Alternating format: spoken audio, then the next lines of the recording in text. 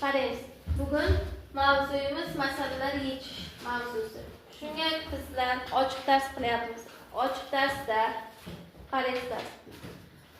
Masalalar yechish bo'yicha hamma masalalar yechish bo'yicha biladi. Hozir qanaqa mavzular o'tyapmiz? Masalalar yechish. Masalalar yechish. Istimetr kub, santimetr kub, millilitr, litr, shularga kelganmiz mavzusiga. Endi qaraymiz. Hozir mana bu yerda doskamizda birinchidan to 4-gacha nima qilingan? Shartlar berilgan.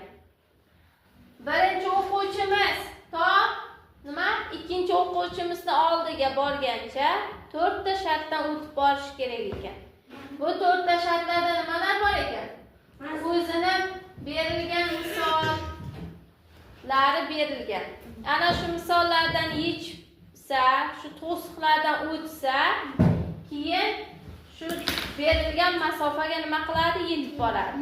Buning uchun biz har bitta guruhimizni nomlab olamiz.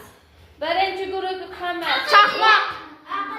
Aqllilar guruhi ekan. Ikkinchi zukkolar, chaqonlar. Buning uchun 3 ta guruhni yozib olamiz. Birinchi guruhimiz Aqllilar. Jim. Birinchi guruh Aqllilar. aqllilar. Ikkinchi guruh zukkolarmidi? Zukkolar. Uchinchi guruhimiz Chaqonlar. chaqonlar.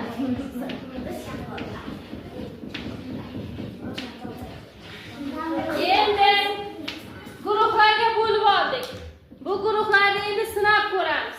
Qani, har bitta guruhdan bittadan chiqaraman. Tezlik, zukkolik hammasi talab etiladi buning uchun. Kim birinchi shartni bajarib bo'lsa, to'g'ri bajarsa, har bitta guruhiga